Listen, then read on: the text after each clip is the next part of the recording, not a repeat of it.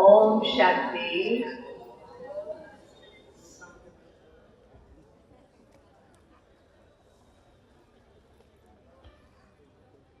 ಸರ್ವೇಶ್ವರ, ಜಗದೀಶ್ವರ, ವಿಶ್ವೇಶ್ವರ, ಸರ್ವ ಆತ್ಮರ ತಂದೆ ಪರಮಾತ್ಮ ಶಿವನ ಸವಿಸ್ಮೃತಿಯಲ್ಲಿ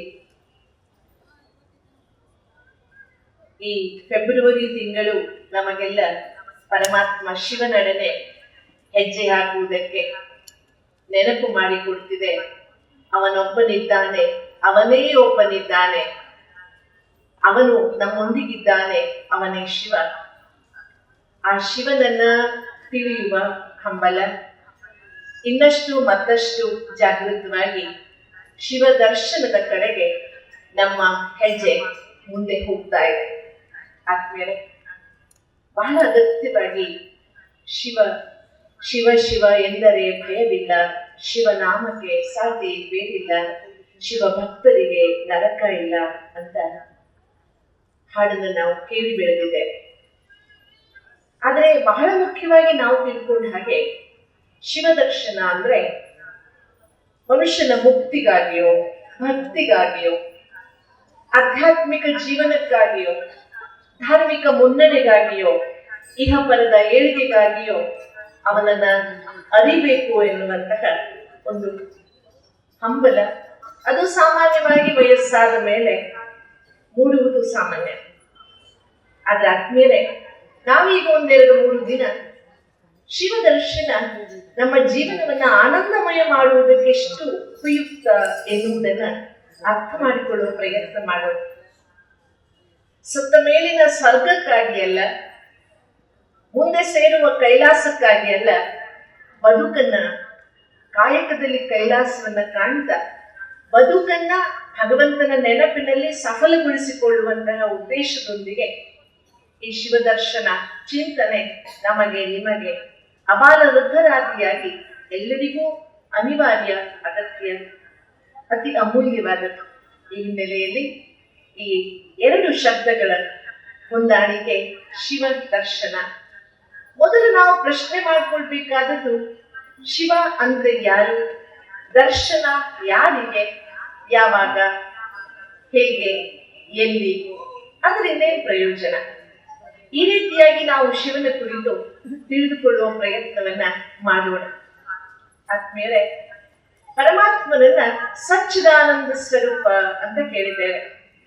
ಸತ್ ಚಿತ್ ಆನಂದ ಸ್ವರೂಪನಾದ ಪರಮಾತ್ಮ ಜಗತ್ತಿಗೆಲ್ಲ ಒಬ್ಬನೇ ಇದ್ದಾನೆ ಎನ್ನುವ ಸತ್ಯ ನಮಗೆಲ್ಲರಿಗೂ ಗೊತ್ತಿದೆ. ಆ ಒಬ್ಬನೇ ಆದ ಪರಮಾತ್ಮ ಶಿವ ಹೇಗಿದ್ದಾನೆ, ಯಾಕೆ ಅವನನ್ನ ತಿಳ್ಕೊಳ್ಬೇಕು ಎನ್ನುವುದರ ಕುರಿತು ನಾವು ಯೋಚನೆಯನ್ನ ಮಾಡೋಣ. ಆದ್ಮೇಲೆ ತುಂಬಾ ಅಗತ್ಯವಾಗಿ ಜೀವನನ್ನ ಅರ್ಥ ಮಾಡಿಕೊಂಡಾಗ ಶಿವನೊಡನೆ ಮನಸ್ಸು ಜೋಡಿಸುವುದು ಸುಲಭವಾಗುತ್ತೆ. ಹಿರಿಯರ ಮಾತನ್ನ ಕೇಳಿ ಬೆಳೆದಿದ್ದೇವೆ, ತನ್ನರಿವೆ ತನಗೆ ಗುರು ಅಂತ. ನಮ್ಮ ಜೀವನದಲ್ಲಿ ಇವತ್ತು ಕತ್ತಲೆ ಇದೆ, ಅಶಾಂತಿ ಇದೆ, ದುಃಖ ಇದೆ, 4 ಕಡೆ ಭ್ರಷ್ಟಾಚಾರ, ಅತ್ಯಾಚಾರ, ಅನಾಚಾರ ಹೆಚ್ಚಿಗೆಯಾಗಿದೆ. ಆದ್ರಿಂದ ಈ ಒಂದು ಸಮಯದಲ್ಲಿ ಅತಿ ಅವಶ್ಯಕವಾಗಿ ನಮಗೆ ಬೇಕಾದದ್ದು ಶಿವನ ದರ್ಶನ. ಅಂತಃಪಟಲದಲ್ಲಿ, ಅಂತರಂಗದಲ್ಲಿ, ನಿಜ ಜೀವನದಲ್ಲಿ ವಾಸ್ತವಿಕವಾದಂತಹ ಪರಮಾತ್ಮನ ದರ್ಶನ ಹೇಗಾಗುತ್ತೆ ಎನ್ನುವುದನ್ನ ಅರ್ಥ ಮಾಡಿಕೊಂಡು ಜೀವನವನ್ನ ಆನಂದಿಸಬೇಕಾಗಿದೆ. ಇಳೆ ನಿಮ್ಮ ದಾನ, ಬೆಳೆ ನಿಮ್ಮ ದಾನ, ಸುಳಿದು ಸೂಸುವ ಗಾಳಿ ನಿಮ್ಮ ದಾನ, ನಿಮ್ಮ ದಾನವನ್ನುಂಡು ಅನ್ಯರ ಹೊಗಳುವ ಡ್ಯಾಶ್ ಡ್ಯಾಶ್ ಏನಂಬೆ ರಾಮನಾಥ. ಬಹಳ ಸುಂದರವಾದಂತಹ ಉಪ್ಪಿನ ಷಡಕ್ಷರಿಯವರ ವಚನ. ಎಲ್ಲವೂ ಕೊಟ್ಟವನ ಅವನು. ನಮ್ಮಲ್ಲೊಂದು ಗಾದೆ ಇದೆ, ಮೂಗು ಕೊಟ್ಟವನನ್ನ ಮರೆತರು, ಮೂಗುತಿ ಕೊಟ್ಟವನನ್ನ ಹೊಗಳ್ತಾ ಕೂತ್ರು ಅಂತ. ಹಾಗೆ ನಮಗೆಲ್ಲ ಜೀವನ ಕೊಟ್ಟವನು ಆ ಪರಮಾತ್ಮ ಶಿವ. ನಾವು ಹೇಳ್ತೇವೆ ಜನ್ಮ ಕೊಟ್ಟಿದ್ದು ಅಪ್ಪ ಅಮ್ಮ, ಆದ್ರೆ ಜೀವನ ಕೊಟ್ಟವನು ಭಗವಂತ. ಹುಟ್ಟು ಆಕಸ್ಮಿಕ, ಸಾವು ಅನಿವಾರ್ಯ. ಹುಟ್ಟು ಸಾವಿನ ಮಧ್ಯದ ಜೀವನ ಆಕಸ್ಮಿಕವೂ ಅಲ್ಲ, ಅನಿವಾರ್ಯವೂ ಅಲ್ಲ, ಇದು ವಾಸ್ತವ. ಆದ್ದರಿಂದ ವಾಸ್ತವವನ್ನ ಅರಿತು ಬದುಕಿದಾಗ ಜೀವನದ ಪೂರ್ಣಾನಂದವನ್ನು ನಾವು ಪಡೆಯುವುದಕ್ಕೆ ಸಾಧ್ಯವಾಗ್ತದೆ. ಆ ಪೂರ್ಣಾನಂದವನ್ನ ಪಡೆಯುವುದು ಅಂದ್ರೆ ಏನು, ಅದು ಹೇಗೆ ಸಾಧ್ಯ ಅಂತ ನಾವು ನೋಡಿದಾಗ, ಇವತ್ತು ನಾವು ಜಗತ್ತಿನಲ್ಲಿ ನೋಡ್ತೇವೆ, ಬಡತನಕ್ಕೆ ಉಂಬ ಚಿಂತೆ, ಉಂಡರೆ ಉಡುವ ಚಿಂತೆ, ಉಟ್ಟರೆ ಮಡದಿಯ ಚಿಂತೆ, ಮಡದಿಯಾದರೆ ಮಕ್ಕಳ ಚಿಂತೆ, ಮಕ್ಕಳಾದರೆ ಮಡಗುವ ಚಿಂತೆ, ಮಡಗಿದರೆ ಮರಣದ ಚಿಂತೆ, ಒಬ್ಬನಿಗೂ ಇಲ್ಲ ಶಿವನ ಚಿಂತೆ, ಯಾರಿಗೂ ಇಲ್ಲ ಶಿವನ ಚಿಂತೆ. ಒಂದಾದ ಮೇಲೆ ಒಂದು, ಒಂದಾದ ಮೇಲೆ ಒಂದು, ಒಂದಾದ ಮೇಲೆ ಒಂದು, ಈ ಬೇಕುಗಳಿಗೆ ಪೂರ್ಣ ವಿರಾಮವೇ ಇಲ್ಲ.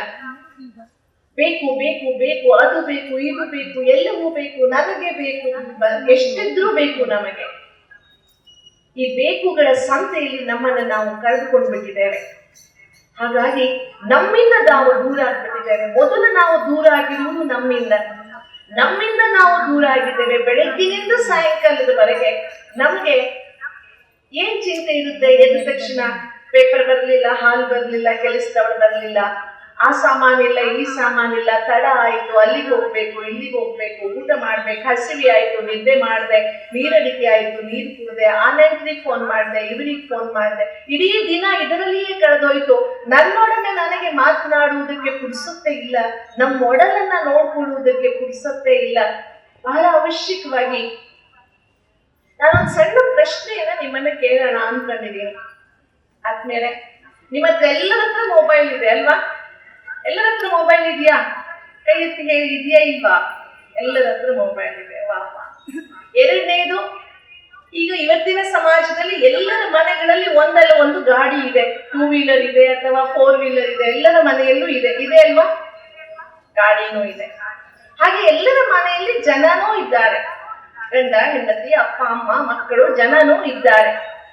ಒಂದು ಫೈನ್ ಡೇ, ಒಂದು ದಿನ ನಿಮ್ ಮೊಬೈಲು ಹಾಳಾಯ್ತು, ನಿಮ್ ಗಾಡಿನೂ ಹಾಳಾಯ್ತು. ಹಾಗೆ ನೀವು ಮನೆಯಲ್ಲಿರುವ ಗಂಡ ಹೆಂಡತಿಯೋ ಅಪ್ಪ ಅಮ್ಮನ ಮಧ್ಯೆಯೋ ನಾನು ನೀನು ತೂತು ಮೈ ಮೈ ಅಂತ ಜಗಳ ಆಯ್ತು ಅಂತ ಅನ್ಕೊಳ್ಳಿ. 3 ಕೆಟ್ಟು ಹೋಯ್ತು ಒಂದೇ ದಿನ. ಮೊದಲು ಯಾವುದನ್ನ ರಿಪೇರಿ ಮಾಡಿಸ್ತೀರಿ? ಮೊದಲು ಯಾವುದು? ಇಲ್ಲಿ ನನ್ನ ಪಕ್ಕಕ್ಕೆ ಕೂತ್ಕೊಂಡವ್ರು ಹೇಳ್ತಿದ್ದಾರೆ ಮೊಬೈಲ್ ಅಂತ. ಎದುರು ಕೂತ್ಕೊಂಡವ್ರು ಏನ್ ಹೇಳ್ತೀರಿ? ಮೊದಲು ಯಾವ್ದು ರಿಪೇರಿ ಮಾಡಿಸ್ತೀರಿ? ಎಲ್ಲರೂ ಯುನಾನಿಮಸ್ಲಿ ಏಕಧ್ವನಿಯಲ್ಲಿ ಹೇಳುವುದು ಅಂದ್ರೆ, ಏನಿಲ್ದಿದ್ರು ಬದುಕೇವು ನಾವು, ಮೊಬೈಲ್ ಇಲ್ದಿದ್ರೆ ಮಾತ್ರ ಬದುಕಕ್ಕೆ ಸಾಧ್ಯವಿಲ್ಲ ನಮಗೆ ಅಂತ. ಮೊದಲು ಮೊಬೈಲ್ ರಿಪೇರಿ ಮಾಡಿಸ್ತೀವಿ, ಆಮೇಲೆ ಗಾಡಿ ರಿಪೇರಿ ಮಾಡಿಸ್ತೀವಿ. ಇನ್ನು ಮನಸ್ಸು ರಿಪೇರಿ ಮಾಡುವ ಸಮಯ ಬಂದಾಗ, ಅಯ್ಯೋ ಅದೆಲ್ಲರ ಮನೆ ಸಮಸ್ಯೆ, ಎಲ್ಲರ ಮನೆ ದೋಸೆ ತೂತೇನೆ, ಅದು ತಾನಾಗಿಯೇ ಸರಿಯಾಗುತ್ತೆ, time is the best healer ಅಂತ ಹೇಳಿ ಅದನ್ನ ಮುಂದೂಡ್ತಾ ಹೋಗ್ತೇವೆ ವಿನಃ ನಮ್ಮ ಮನಸ್ಸನ್ನ ನಾವು ನೋಡುವ, ಮಾತನಾಡುವ, ಅದನ್ನ ಅರ್ಥ ಮಾಡಿಕೊಳ್ಳುವ ಪ್ರಯತ್ನವನ್ನೇ ಮಾಡುವುದಿಲ್ಲ. ಅದಕ್ಕೋಸ್ಕರ ಪ್ರಜಾಪಿತ ಬ್ರಹ್ಮಕುಮಾರಿ ಈಶ್ವರೀಯ ವಿಶ್ವವಿದ್ಯಾಲಯ ಈ ಸುಂದರವಾದ ಚಿಂತನೆಯೊಂದಿಗೆ ನಿಮ್ಮ ಮುಂದೆ ಬಂದಿದೆ. ಅದು ಯಾವುದು ಅಂದ್ರೆ, ಶಿವ ದರ್ಶನ ಫಾರ್ ಅ ಬ್ಲಿಸ್ಫುಲ್ ಲೈಫ್.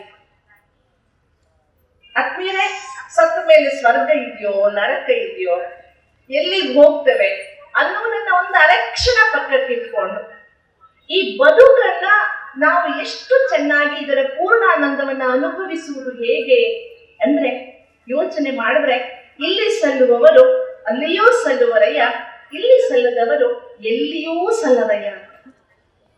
ಈಗ ನಮ್ಮ ಜೀವನ ಚೆನ್ನಾಗಿದ್ರೆ ಮಾತ್ರ ನಾಳೆಯೂ ನಮ್ಮದು ಚೆನ್ನಾಗಿರ್ತದೆ ಎನ್ನುವುದಕ್ಕೆ ಯಾವುದೇ ಸಂಶಯವೇ ಇಲ್ಲ. ಆದ್ರಿಂದ ನಮ್ಮ ಈ ದಿನವನ್ನ, ವರ್ತಮಾನವನ್ನ ಶ್ರೇಷ್ಠ ಮಾಡಿಕೊಳ್ಳುವ ಉದ್ದೇಶದಿಂದ ನಾವು ಈ 3 ದಿನ ಒಟ್ಟಾಗಿ ಕೂತು ಶಿವದರ್ಶನ ಚಿಂತನೆಯನ್ನ ಮಾಡೋಣ. ಆದ್ಮೇಲೆ ಬಹಳ ಅಗತ್ಯವಾಗಿ ನಮಗೆಲ್ಲರಿಗೂ ಬೇಕಾದದ್ದು ಏನಪ್ಪಾ ಅಂದ್ರೆ, ಫಸ್ಟ್ ಆಫ್ ಆಲ್ ನಾವು ನಮ್ಮನ್ನ ನೋಡ್ಕೊಳ್ಳೋದು. ನಮ್ಮನ್ನ ನೋಡ್ಕೊಂಡ್ಮೇಲೆ ಅವನನ್ನ ನೋಡ್ಕೊಳ್ಳೋದಕ್ಕೆ ಸಾಧ್ಯ. ಯಾಕೆ ಗೊತ್ತಾ? ನಮಗೆ ಭಗವದ್ಗೀತೆ ಹೇಳುತ್ತೆ, ನಹಿ ಜ್ಞಾನೇನ ಸದೃಶಂ ಪವಿತ್ರಮಿಹ ವಿದ್ಯತೆ ತತ್ ಸ್ವಯಂ ಯೋಗ ಸಂಸಿದ್ಧ ಕಾಲೇನಾತ್ಮನಿ ವಿಂದತಿ ಅಂತ. ಜ್ಞಾನಕ್ಕೆ ಸಮನಾದುದು ಬೇರೆ ಯಾವುದೂ ಇಲ್ಲ. ಅದರಿಂದಲೇ ನಾನು ಈಗಾಗಲೇ ನೆನಪು ಮಾಡ್ಕೊಂಡ ಹಾಗೆ, ಅರಿತರೆ ಮಾನವ ತನ್ನ ಅರಿವೇ ತನಗೆ ಗುರು. ನೋ ದೈ ಸೆಲ್ಫ್, ದಟ್ ಇಸ್ ಎಜುಕೇಶನ್. ನಿನ್ನನ್ನ ನೀನು ತಿಳ್ಕೊಳ್ಳುವುದೇ ಶಿಕ್ಷಣ. ನೀನು ನಿನ್ನನ್ನ ತಿಳ್ಕೊಳ್ದಿದ್ರೆ ಏನನ್ನೂ ತಿಳ್ಕೊಳಕ್ಕಾಗಲ್ಲ. ಇನ್ನೊಂದು ಪ್ರಶ್ನೆ ನಿಮ್ಮ ಮುಂದೆ. ಎಲ್ಲರೂ ದೇವರ ಮುಂದೆ ಕೈ ಮುಗಿತೀವಿ, ದೇವರಿಗೆ ದೀಪ ಹಚ್ಚುತ್ತೀವಿ, ಎಲ್ಲ ಕಾರ್ಯಕ್ರಮವನ್ನು ದೀಪ ಹಚ್ಚಿ ಉದ್ಘಾಟಿಸ್ತೀವಿ. ಮನೆಯಲ್ಲಿ ಎಲ್ಲರೂ ಒಂದು ದೇವರ ಸನ್ನಿಧಾನವನ್ನ ಇಟ್ಕೊಂಡಿರ್ತೀವಿ, ಅಲ್ಲೊಂದು ದೀಪ ಹಚ್ತೀವಿ. ನನ್ಗೊಂದು ಸಣ್ಣ ಉತ್ತರ ಕೊಡಿ. ದೇವರ ಮುಂದೆ ದೀಪ ದೇವರಿಗೋ ಅಥವಾ ನಮಗೋ? ದೇವರ ಮುಂದೆ ಹಚ್ಚುವ ದೀಪ ಯಾರಿಗೆ? ಯಾರ್ಯಾರು ಹೇಳ್ತೀರಿ ದೇವರಿಗೆ ದೀಪ ಹಚ್ತೀವಿ ಅನ್ನೋರ್ ಕೈ ಎತ್ತಿ ನೋಡೋಣ. ದೇವರಿಗೆ ದೀಪ ಹಚ್ತೀವಿ ಒಂದು ಕೈ. ಈ ಕಡೆ ಎಲ್ಲಾದ್ರೂ ಕೈ ಎತ್ತಿದ್ದೀರಾ? ಒಂದ್ 4 ಕೈ. ಇನ್ನೊಂದು ಪ್ರಶ್ನೆಗೆ ಉತ್ತರ ಹೇಳಿ ನನಗೆ. ದೇವರಿಗೆ ಕತ್ಲೆ ಆಗುತ್ತಾ? ದೇವರಿಗೆ ಕತ್ಲೆ ಆಗುತ್ತಾ? ದೇವರಿಗೆ ಕತ್ಲೆ ಆಗಲ್ಲ ಅಂದ್ಮೇಲೆ ದೀಪ ಕತ್ಲೆ ಆಗದೆ ಇದ್ದವನಿಗೆ ಯಾಕೆ ಹಚ್ತೀವಿ? ಕತ್ಲೆ ಆಗುವುದು ಯಾರಿಗೆ? ದೀಪ ಬೇಕಾಗಿರುವುದು ಯಾರಿಗೆ? ಬೆಳಕು ಬೇಕಾಗಿರುವುದು ಯಾರಿಗೆ? ನಮಗೆ. ದೇವರ ಮುಂದೆ ನಾವು ಹಚ್ಚುವ ದೀಪ ನನ್ನನ್ನ ನಾನು ಅರಿತಾಗ ಮಾತ್ರ ಶಿವನನ್ನ ನಾನು ಅರಿಯುವುದು ಸಾಧ್ಯ. ಶಿವ ದರ್ಶನವನ್ನ ಮಾಡ್ಕೊಳ್ಬೇಕಾದ್ರೆ ಮೊದಲನೆಯ ಸೋಪಾನವೇ ಯಾವುದು ಅಂದ್ರೆ ನನ್ನೊಳಗನ್ನ, ನನ್ನ ಅಂತರಂಗವನ್ನ, ನನ್ನ ಮಾನಸಿಕ ಸ್ಥಿತಿಯನ್ನ ನಾನು ಅರ್ಥ ಮಾಡ್ಕೊಳ್ಳುವುದು.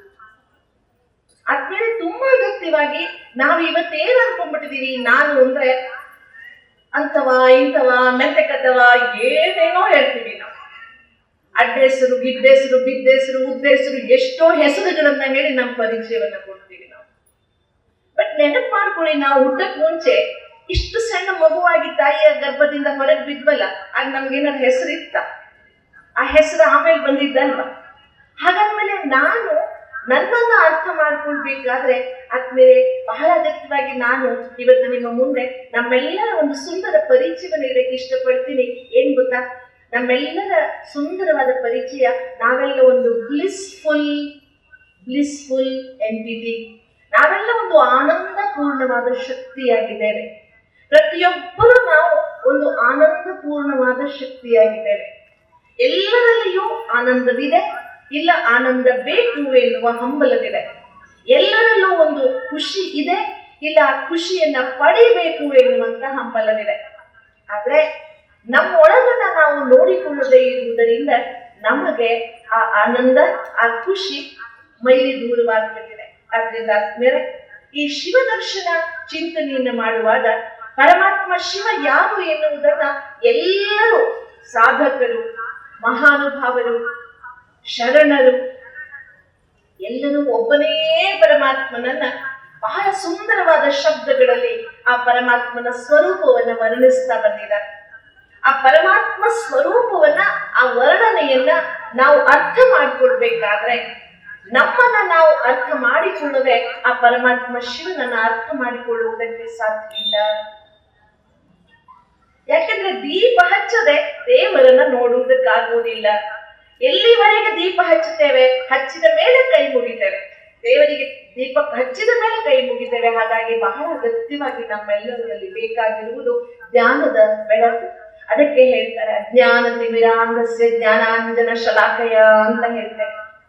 ಅಜ್ಞಾನದ ಕತ್ತಲೆಯಲ್ಲಿರುವವರಿಗೆ ಜ್ಞಾನದ ಅಂಜನ ಬಹಳ ಮುಖ್ಯವಾಗಿ ಬೇಕಾಗಿದೆ.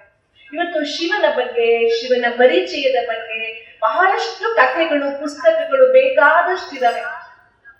ನಮ್ಮಲ್ಲೊಂದು ಗಾದೆ ಹೇಳ್ತಾರೆ, ಈ ಕಡೆ ಹೇಳ್ತಾರೆ ಇವಾಗ ಗೊತ್ತಿಲ್ಲ, ನಮ್ಮ ಉತ್ತರ ಕನ್ನಡ ಜಿಲ್ಲೆಯಲ್ಲಿ ಒಂದು ಗಾದೆ ಬಳಸ್ತೇವೆ ನಾವು, ಓದಿ ಓದಿ ಕೆಟ್ಟ ಕೂಚು ಬಟ್ಟ ಅಂತ. ಓದಿ ಓದಿ ಕೆಟ್ಟ ಕೂಚು ಬಟ್ಟ. ನಾವು ಬಹಳ ಪುಸ್ತಕಗಳನ್ನ ಓದ್ತೇವೆ, ಆದ್ರೆ ಆ ಪುಸ್ತಕದಲ್ಲಿರುವ ವಿಷಯಗಳು ನಮ್ಮ ಮಸ್ತಕದಲ್ಲಿ ಇಲ್ಲದೆ ಇರುವುದರಿಂದ ಇವತ್ತು ನಮ್ಮ ಜೀವನದಲ್ಲಿ ಆ ಪರಮಾತ್ಮ ಶಿವನನ್ನ ನಾವು ಅರ್ಥ ಮಾಡಿಕೊಳ್ಳುವುದಕ್ಕೆ ಸಾಧ್ಯವಾಗಿಲ್ಲ. ಒಂದು ಸಣ್ಣ ಘಟನೆ ನೆನಪಾಗ್ತದೆ ನನಗೆ, ನನ್ನ ಶಾಲಾ ಜೀವನ. ನಾವು ಶಾಲೆಯಲ್ಲಿ ಓದುವಾಗ ನಮ್ಗೆ 6ನೇ ತರಗತಿಯಲ್ಲಿ ಹಿಂದಿ ಸ್ಟಾರ್ಟ್ ಆಗ್ತಿತ್ತು. 6ನೇ ತರಗತಿಯಲ್ಲಿ ಹಿಂದಿ ಶುರುವಾದ್ರೆ 6, 7, 7ನೇ ಕ್ಲಾಸ್ ನಲ್ಲಿ ಪಬ್ಲಿಕ್ ಎಕ್ಸಾಮ್. ನಮ್ಗೆ ನಮ್ಮ ಕ್ಲಾಸ್ ಅಲ್ಲಿ ಒಬ್ಬ ಕ್ಲಾಸ್ಮೇಟ್, ನಮ್ಮ ಸಹಪಾಠಿ ಇದ್ದ ಒಬ್ಬ, ಅವನಿಗೆ ಹಿಂದಿ 7ನೇ ಕ್ಲಾಸ್ ನಲ್ಲಿ ಅ ಆ ಇ ಬರೆಯಕ್ಕೂ ಬರ್ತಿರ್ಲಿಲ್ಲ. ಒಂದಿನ ನಮ್ಮ ಮಾಸ್ತರಿಗೆ ತುಂಬಾ ಸಿಟ್ಟು ಬಂತು. ಅಲ್ಲೋ ಎಕ್ಸಾಮ್ ಬರಿಬೇಕು, ನಿನ್ ಅ ಆ ಇ ಹಿಂದಿ ಬರೆಯಕ್ ಬರಲ್ಲ, ಹಿಂಗಾದ್ರೆ ಹೆಂಗೆ ಅಂತ ಜೋರಾಗಿ ಬೈದ್ರು ಅವನಿಗೆ. ಬೈದ್ರು ಏನ್ ಹೇಳಿದ್ರು ಗೊತ್ತಾ? ಒಂದ್ ಕೆಲಸ ಮಾಡು, ನಿನ್ಗೆ ಎಷ್ಟು ಹೇಳಿದ್ರು ಹಿಂದಿ ಅರ್ಥ ಆಗ್ತಿಲ್ಲ, ಹಿಂದಿ ಪುಸ್ತಕ ಇದೆಯಲ್ವಾ ಅದನ್ನ ನೀರಲ್ಲಿ ನೆನೆಸಿಟ್ಟು ರುಬ್ಕೊಂಡು ಕುಡಿದ್ಬಿಡು, ಆವಾಗಾದ್ರೂ ನಿನ್ಗೆ ಹಿಂದಿ ಅರ್ಥ ಆಗುತ್ತೆ ನೋಡೋಣ ಅಂತ ಸ್ವಲ್ಪ ಗಟ್ಟಿಯಾಗಿ ದಬಾಯಿಸಿದ್ವಿ. ಸರಿ, ಅವತ್ತು ಶಾಲೆ ಮುಗಿತು, ನಾವೆಲ್ಲ ಮನೆಗೆ ಹೋದ್ವಿ. ಮರುದಿನ ಮತ್ತೆ ಶಾಲೆಗೆ ಬಂದ್ವಿ. ಮೊದಲನೇ ಪೀರಿಯಡ್ ಹಿಂದಿ ಪೀರಿಯಡ್. ಮಕ್ಕಳ ಪುಸ್ತಕ ತೆಗಿರೋ, ಹಿಂದಿ ಕಲಿಸ್ತೀನಿ ಅಂತ ಬಂದ್ರು ಮಾಸ್ತರ್, ಓಪನ್ ಯುವರ್ ಬುಕ್ ಅಂತ. ಅವ್ರ ಹತ್ರ ಹಿಂದಿ ಪುಸ್ತಕವೇ ಇರ್ಲಿಲ್ಲ. ಅಲ್ಲ ನಾಲಾಯಕ್, ಇವತ್ತು ಪುಸ್ತಕನೂ ತಗೊಂಡು ಬಂದಿಲ್ಲ, ಎಂತ ಆಲಸ್ಯ ನೀನು ಅಂತ ಬೈದ್ರು. ಅಲ್ಲ ಸರ್, ನೆನ್ನೆ ನೀವೇ ಹೇಳಿದ್ರಲ್ವಾ ನೀರಲ್ಲಿ ನೆನೆಸಿಟ್ಕೊಂಡು ರುಬ್ಕೊಂಡು ಕುಡಿಯೋಕೆ. ಸತ್ಯವಾಗಿ ಆ ಪುಸ್ತಕ ನೆನೆಸಿಟ್ಟು ರುಬ್ಕೊಂಡು ಕುಡಿದ್ಬಿಟ್ಟಿದ್ದ ಮರ್ಯಾದೆ. ಪಾಪ 3 ದಿನ ಆಸ್ಪತ್ರೆಯಲ್ಲಿ ಅಡ್ಮಿಟ್ ಆಗ್ಬೇಕು. ನಾನು ಯಾಕೆ ಹೇಳ್ತಿದ್ದೀನಿ ಇದನ್ನ ಅಂದ್ರೆ, ನಾ ಹೇಳ್ದಲ್ಲ, ಓದಿ ಕೆಟ್ಟ ಕೂಚ್ಬಟ್ಟ ಅಂತ. ಬೆಳಗಾಗಿದ್ರೆ ಓಂ ನಮ ಶಿವಾಯ ಅಂತ ಹೇಳ್ತೀವಿ, ಕುಂತ್ರಲ್ಲಿದ್ರೆ ಓಂ ನಮ ಶಿವಾಯ ಅಂತ ಹೇಳ್ತೀವಿ. ಶಿವ ಶಿವ ಶಿವ, ಸಿಟ್ಟಾದ್ರೂ ಶಿವ, ಕಷ್ಟ ಆದ್ರೂ ಶಿವ, ಖುಷಿ ಆದ್ರೂ ಶಿವ, ಶಿವ ಶಿವ ಶಿವ ಅಂತ ಹೇಳ್ತಾನೆ ಇರ್ತೀವಿ. ಅದ ಶಿವ ನಮ್ಗೆ ಏನಾಗ್ಬೇಕು, ಹೇಗೆ ಆ ಶಿವನನ್ನ, ಅವನ ಶಕ್ತಿಯನ್ನ ಅನುಭವ ಮಾಡುವುದು, ಆ ಶಿವಾನಂದ ಬ್ರಹ್ಮಾನಂದ ಅದನ್ನ ಅನುಭವಿಸುವ ವಿಧಾನ ಏನು, ಆ ಶಿವನ ದರ್ಶನ ಮಾಡ್ಕೊಳ್ಳುವುದು ಹೇಗೆ ಎನ್ನುವ ಪ್ರಶ್ನೆ ಬಂದಾಗ, ಅಯ್ಯೋ ಅದೆಲ್ಲ ಈಗ ಬೇಡ್ರಿ, ವಯಸ್ಸಾದ್ಮೇಲೆ ಯಾವಾಗ ಒಂದ್ಸಲ ಮಾತಾಡ್ಸೋರು ಇಲ್ದಿದ್ದಾಗ, ಕೇಳೋರು ದಿಕ್ಕಿಲ್ದಾಗ ಅವಾಗ ಶಿವ ಅಂತ ಕೂತ್ಕೊಳ್ಳೋಣ ಅಂತ ಅನ್ಕೊಂಡ್ಬಿಡ್ತೀವಿ. ಆದ್ರೆ ಬಸವಣ್ಣವ್ರದ್ದು ಒಂದು ವಚನ ನಂಗೆ ಬಹಳ ಇಷ್ಟವಾಗುತ್ತೆ. ಯಾವಾಗ ನಾವು ಶಿವನ ದರ್ಶನವನ್ನ ಮಾಡ್ಕೊಳ್ಬೇಕು ಅಂತ, ನೆರೆಕೆನ್ನೆಗೆ ತೆರೆಗಲ್ಲಗೆ ಶರೀರ ಗೂಡು ಹೋಗದ ಮುನ್ನ, ಹಲ್ಲು ಹೋಗಿ ಬೆನ್ನು ಬಾಗಿ ಅನ್ಯರಿಗೆ ಹಂಗಾಗದ ಮುನ್ನ, ಕಾಲ ಮೇಲೆ ಕೈಯ ನೂರಿ ಕೋಲ ಹಿಡಿಯದ ಮುನ್ನ, ಮುಪ್ಪಿಂದೊಪ್ಪ ಒಳಿಯದ ಮುನ್ನ, ಮೃತ್ಯು ಮುಟ್ಟದ ಮುನ್ನ, ಪೂಜಿಸು ನಮ್ಮ ಕೂಡಲ ಸಂಗಮ ದೇವನ ಅಂತ. ವಯಸ್ಸಾಗಿ ಶಿವ ಅನ್ನೋ ಅಂದ್ರೆ ಬಾಯಿ ಶವ ಅಂತ ಹೇಳ್ತಿರುವಾಗ, 2 ಕಾಲು ಸಾಲದ ಇನ್ನೊಂದು 3ನೇ ಕಾಲನ್ನ ಇಟ್ಕೊಂಡು ಊರುಗೋಲಿಟ್ಕೊಂಡು ಓಡಾಡುವ ಪ್ರಮೇಯ ಬಂದಾಗ ಅಲ್ಲ, ಶಿವನನ್ನ ಅರಿಯಬೇಕಾದದ್ದು ಈಗ. ಯಾವತ್ತೂ ಸಹ ನಾಳೆ ಬಾ ಅಂತ ಮಾರಿಗೆ ಬರದ ಹಾಗೆ ಶಿವನನ್ನ ಅರಿಯುವುದಕ್ಕೆ ನಾವು ತಡ ಮಾಡಲೇಬಾರದು. ಆದ್ರಿಂದ ಪರಮಾತ್ಮ ಶಿವ ನಮ್ಮ ಜೀವನದ ಪೂರ್ಣ ಆನಂದಕ್ಕೆ ಆಧಾರ. ಪರಮಾತ್ಮ ಶಿವ ನಮ್ಮ ಜೀವನದ ಏಳಿಗೆಗೆ ಆಧಾರ. ನಮ್ಮ ಜೀವನದ ಪ್ರಗತಿಗೆ ಶಿವ ದರ್ಶನವೇ ಮೂಲ ಮಂತ್ರವಾಗಬೇಕು. ಶಿವನನ್ನ ಅರಿಬೇಕು ಎನ್ನುವ ಹಂಬಲ ನಮ್ಮಲ್ಲಿ ತುಂಬಾ ತುಂಬಾ ತುಂಬಾ ಜಾಸ್ತಿ ಆಗ್ಬೇಕಾಗಿದೆ. ಆದ್ರಿಂದ ಪರಮಾತ್ಮ ಆ ಸರ್ವಶಕ್ತನಾದ ಪರಶಿವನನ್ನ ಅರ್ಥ ಮಾಡಿಕೊಳ್ಳುವಂತಹ ವಿಧಾನ ಇದು ಶಿವದರ್ಶನ. ಇಲ್ಲಿ ಬಹಳ ಮುಖ್ಯವಾಗಿ ಶಾಸಕರು ಮಾತಾಡುವಾಗ ಒಂದು ಮಾತು ಹೇಳಿದ್ರು, ಆ ಪರಶಿವನ ಅನೇಕ ಲೀಲೆಗಳನ್ನ ನಾವಿಲ್ಲಿ ಕೇಳೋಣ ಅಂತ. ಪರಶಿವನ ಲೀಲೆಗಳಲ್ಲಿ ಬಹಳ ದೊಡ್ಡ ಲೀಲೆ ಯಾವುದು ಗೊತ್ತಾ? ಶರೀರವಿಲ್ಲದ ಪರಮಾತ್ಮ ಈ ಜಗತ್ತಿಗೆ ಬರುವುದು, ಕಣ್ಣಿಲ್ಲದ ಪರಮಾತ್ಮ ಜಗತ್ತನ್ನ ನೋಡುವುದು, ಬಾಯಿಲ್ಲದ ಪರಮಾತ್ಮ ನಮಗಾಗಿ ಮಾತನಾಡುವುದು, ಕಿವಿಯಿಲ್ಲದ ಪರಮಾತ್ಮ ನಮ್ಮೆಲ್ಲರ ಮಾತುಗಳನ್ನ ಕೇಳುವುದು. ಅದಕ್ಕಿಂತ ದೊಡ್ಡ ಪರಮಾತ್ಮ ಲೀಲೆ ಬೇರೆ ಯಾವುದು ಇರುವುದಕ್ಕೆ ಸಾಧ್ಯವೇ ಇಲ್ಲ.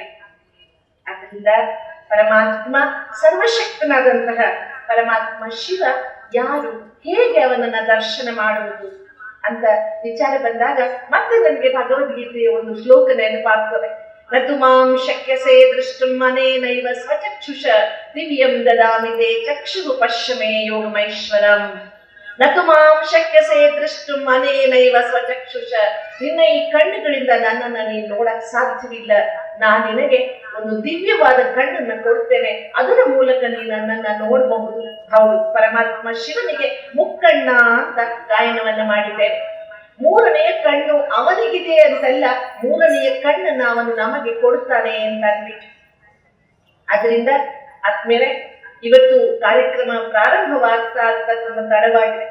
ಅದರಿಂದ ಆದ್ರೂ ಸಹ ನಾವು ಈ ಶಿವದರ್ಶನ ಚಿಂತನೆಯನ್ನ 3 ಹಂತದಲ್ಲಿ ಚಿಂತನೆ ಮಾಡೋಣ. ಮೊದಲನೆಯದು, ಶಿವನನ್ನ ದರ್ಶನ ಮಾಡುವ ಜೀವ ಯಾರು? ಶಿವನ ದರ್ಶನ ಯಾರಿಗೆ? ಶಿವನ ದರ್ಶನದಿಂದ ಪ್ರಯೋಜನಗಳೇನು ಎನ್ನುವುದನ್ನ ಅರ್ಥ ಮಾಡಿಕೊಳ್ಳುವುದಕ್ಕೆ ನಾವೆಲ್ಲರೂ ಸಹ ಪ್ರಯತ್ನವನ್ನ ಮಾಡೋಣ. ಮಾನವ ಜೀವನ ನಿಮ್ಗೆಲ್ಲ ಗೊತ್ತಿರುವ ಹಾಗೆ ತುಂಬಾ ದಿನದ್ದಲ್ಲ.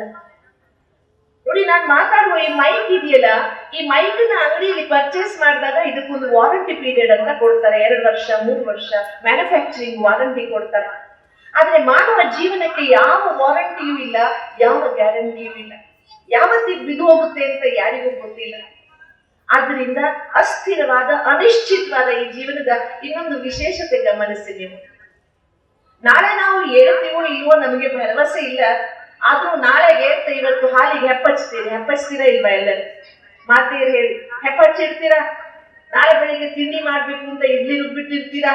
ನಾಳೆ ಎದ್ದು ಇಡ್ಲಿ ತಿಂತೀರಾ ಅಥವಾ ಆ ಒಂದು ಮೊಸರನ್ನ ನೀವು ಉಣ್ತೀರಾ ಅಂತ ಯಾವ ಗ್ಯಾರಂಟಿಯೂ ಇಲ್ಲ.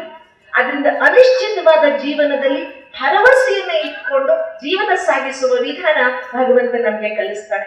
ಅನಿಶ್ಚಿತವಾದ ಜೀವನದಲ್ಲಿ ನಾಳೆಯ ಬಗ್ಗೆ ಒಂದು ಭರವಸೆಯನ್ನ ಇಟ್ಕೊಂಡು ಬದುಕುವಂತ ವಿಧಾನವನ್ನ ನಮಗೆ ಭಗವಂತ ಕಲಿಸ್ಕೊಡ್ತಾನೆ ಆತ್ಮೀಯ.